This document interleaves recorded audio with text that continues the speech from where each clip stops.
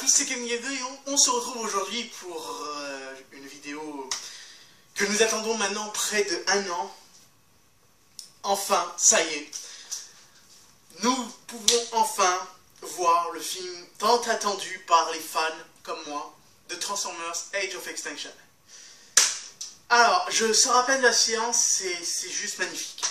C'est promptement, exactement comme je l'imaginais. Alors, attends, excusez-moi, je vais fermer le volet parce que...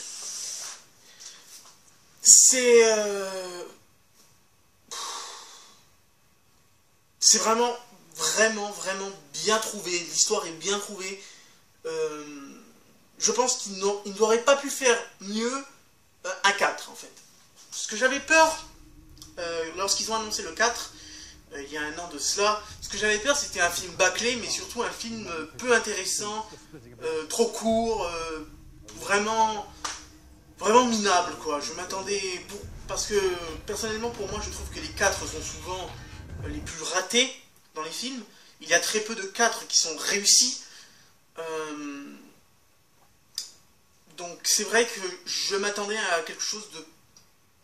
Enfin, au début je parle bien sûr, hein, mais quand ça a évolué, quand on a commencé à voir ce que le tournage commençait à nous donner, et bien sûr les bandes annonces, j'ai tout de suite compris le potentiel de ce film, et surtout je l'ai soutenu, même quand j'ai entendu, avant sa sortie, des critiques qui disaient que le film allait être une merde. Ce n'est pas du tout le cas. Alors franchement, c'est vraiment génial. Alors l'histoire se déroule en fait 5 ans après les événements de Chicago, et non 3 ans comme dans la vie réelle. Donc en fait Chicago a été un peu comme le 11 septembre 2001 pour les États-Unis. Sauf que là dans l'univers Transformers c'est ça, c'est en fait, je ne sais même plus là, il y a une date à un moment, on voit dans le film, on voit le panneau Chicago, souvenez-vous et tout.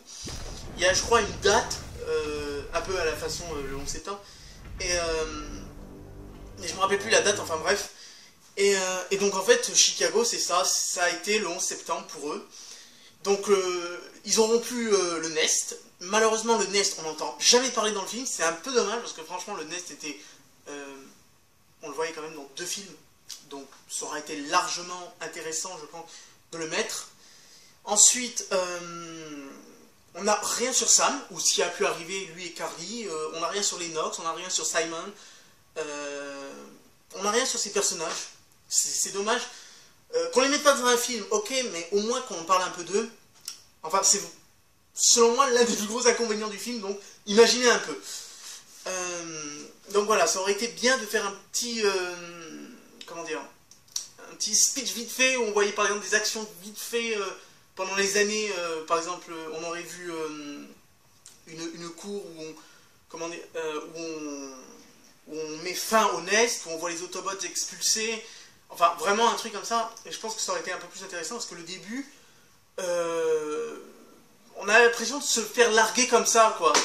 On arrive, donc je spoil un peu, donc vous êtes avertis, je vous déconseille de regarder ma vidéo pendant ces prochains jours, attendez de voir le film, bien sûr, donc voilà, donc je spoil, donc vous êtes prévenus, de toute façon il y a écrit spoiler sur le titre et tout ça.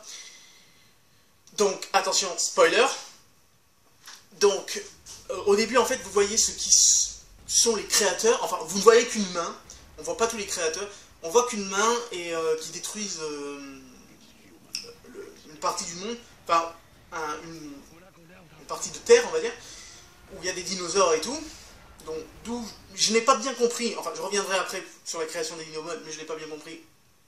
On y reviendra après. Où on voit ces créateurs, et tout d'un coup, boum, on retombe sur le film, sans savoir qui ils étaient et tout, donc c'est ça aussi. Bon, après, vu comme finit le film, je vous parlerai plus tard dans la vidéo, vu comme finit le film, on sait que les créateurs, probablement on les verra dans le 5, on saura qui ils sont, ce qu'ils ont fait, comment ils ont créé les Transformers. En fait, le 5 sera Prometheus des Transformers, comment les Transformers ont été créés. D'où cette fameuse question, d'ailleurs, je me souviens de Epps dans le 2 qui demande qui a pu créer ces choses. Jusqu'à présent, tout le monde disait que c'était Primus et Unicron. Enfin bref. Donc cette société, donc une société qui se fait appeler Cimetière Vent ou Vent Cimetière, je me souviens plus dans quel sens ça se met. Enfin bref, dans cette société qui travaille en collaboration avec le KSI qui est dirigé par Joshua. Alors je suis désolé pour les noms des acteurs, à part Mark Wahlberg, c'est vraiment le seul que je pourrais vous dire, et Nicolas Pled, je sais même pas comment ça se dit. Enfin, je suis vraiment désolé pour les noms, donc voilà. Enfin, est dirigé par ces deux hommes, et ils traquent les Autobots pour récupérer leur technologie, leur corps. Et donc ça nous amène à l'une des plus grosses tracks du film, la track de Ratchet. Alors Ratchet, comme vous avez pu le constater, voir dans les bandes annonces, tout ça, va mourir. Et personnellement, pour moi, la mort de Ratchet a été vraiment très très triste, franchement. C'est un moment très fort du film. Vous sentez votre cœur quand même se resserrer parce que Ratchet était un personnage qu'on aimait beaucoup, qu'on a appris à connaître avec le premier. On savait qu'il pouvait faire des gags et tout, donc ça renforce le personnage.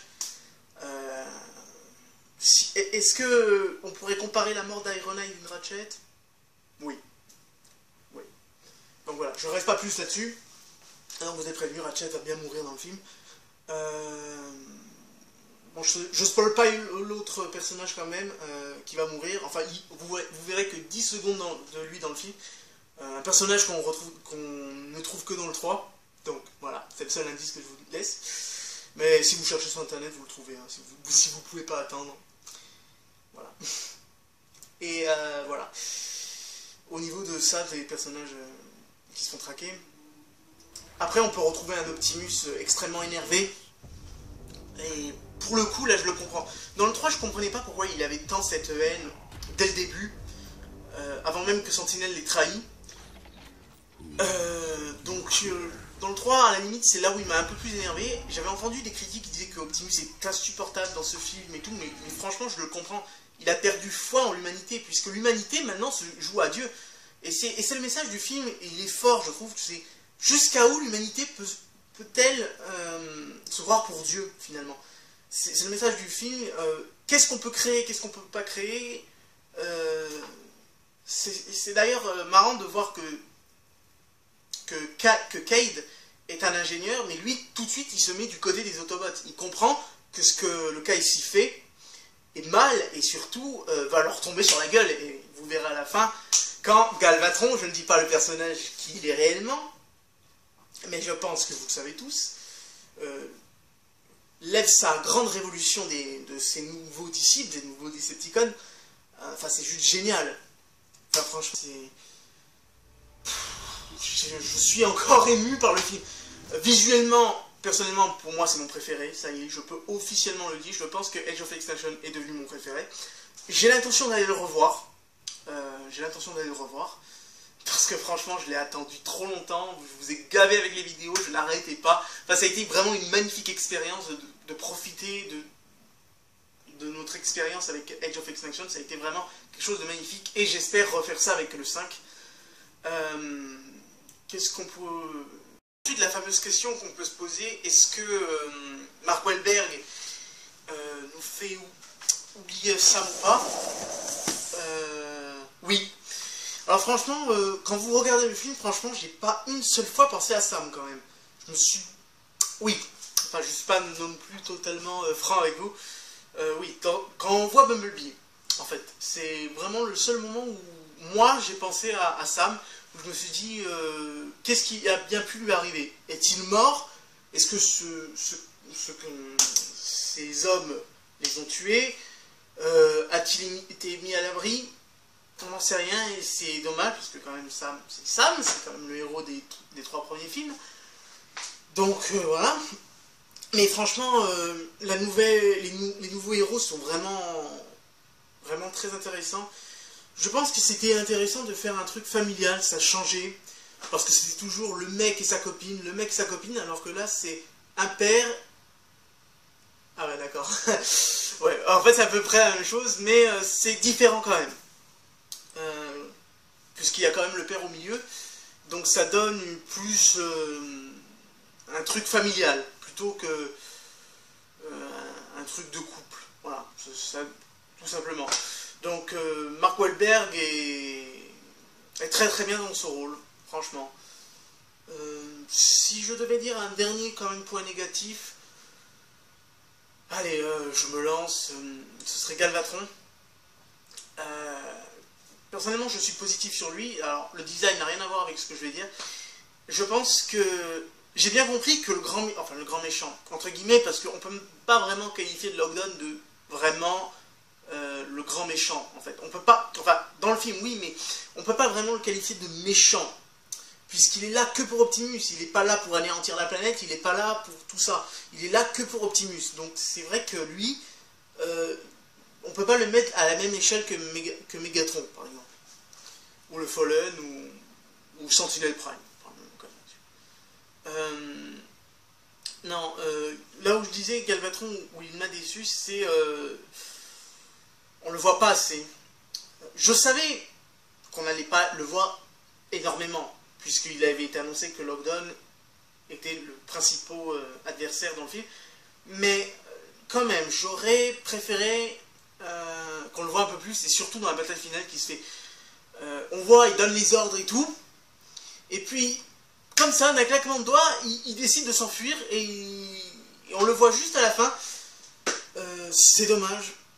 C'est vraiment dommage, parce que j'aurais préféré qu'à la fin, il y a quand même un autre combat avec Optimus, voilà.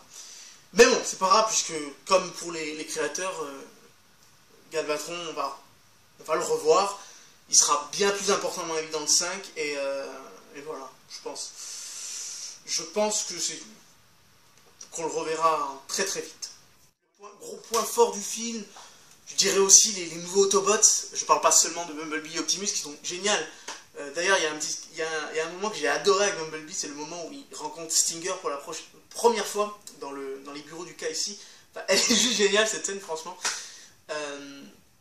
Non, je parle des nouveaux personnages, Hound et Drift. Plus particulièrement, je dirais, j'hésite entre Drift et Hound, parce que Drift, à ma grande surprise, il est vraiment génial ce personnage. Il a une voix et tout. Enfin, franchement, je m'attendais pas à que le personnage soit aussi intéressant, et je suis vraiment très satisfait. Hound, c'est le gros bourrin, c'est le bulkhead en fait. J'avais entendu beaucoup de gens dire ouais, il ressemble trop à Iron Man. Pas du tout. Personnellement, moi je trouve pas qu'il ressemble à Iron Man. Iron Man, il était mou comparé. Lui, il parle même un peu trop, je trouve. Mais il est super intéressant, il est rigolo et tout. Enfin, franchement, j'ai rien à dire sur les personnages, c'est pas une déception du tout cette fois. Tous les personnages sont super bien travaillés, et bien sûr le grand Lockdown, mais qui est juste une beauté, une tuerie. Enfin, on rattrape les erreurs du 2 et du 3. Enfin, merci. Le Fallen, voilà, qu'on le veuille ou non, a été loupé. Même si j'adore le Fallen, il a été loupé. Et Shockwave a été loupé dans le 3. Sentinel Prime, non, lui par contre a été une réussite, mais le problème c'est pas réellement un Decepticon. D'ailleurs, je spoil un autre petit chouïa, on voit un moment Sentinel Prime dans le film, je vous dis pas où exactement, mais on le voit une fraction de seconde, donc soyez attentifs et regardez bien les visages. Lockdown est une réussite totale, d'ailleurs c'est, dernier spoil, c'est lui qui tue Ratchet. Dans la série animatique, Lockdown et Ratchet, ce sont les deux pires ennemis.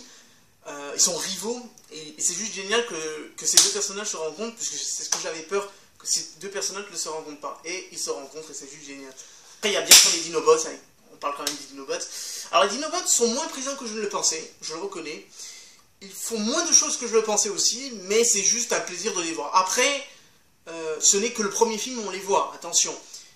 C'est un peu, je vais appeler ça le syndrome Mégatron du premier. On les voit qu'à la bataille finale, pratiquement, les Dinobots. Et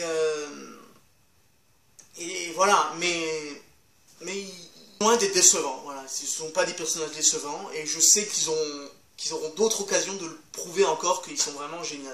Encore une fois, je ne comprends pas pourquoi j'ai entendu des critiques monstrueuses sur le film qui disaient que c'était le pire des Transformers, enfin, il est juste génial, c'est, voilà, allez le voir, et c'est tout, voilà, franchement, pas déçu du tout. Et vraiment impatient de voir ce que le 5 va nous offrir, parce que là, franchement, le 4ème vient de nous mettre la barre bien haute. Voilà. Je pense que j'ai tout dit sur le film, mais j'aimerais en parler pendant 1 heure, mais ce n'est pas possible. Donc voilà, je pense que j'ai tout dit sur le film, et je vous dis à une prochaine vidéo. Ciao.